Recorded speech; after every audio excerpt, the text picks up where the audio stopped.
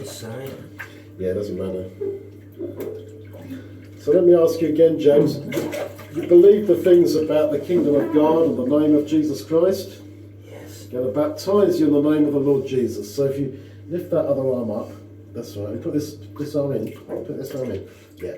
Then squeeze up and I'm going to baptize you. Just lift the arm up. I'm going to baptize in the name of Jesus. Okay. Okay. Yeah. All done.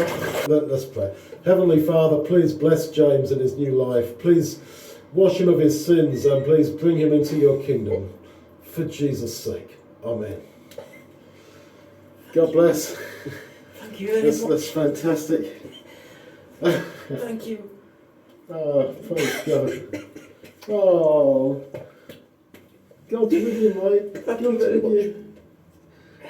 God's with you. God loves I you. love you for doing that. Thank you very much. I'm Ever so sorry. kind. What a wonderful man you are. Oh, I'm not one. It's all about him. Well, he's It's wonderful. him Yeah, who but died for it's you. wonderful that you've allowed him to come in and enter you. It's It's fantastic. wonderful that he died for you and rose again. Yeah.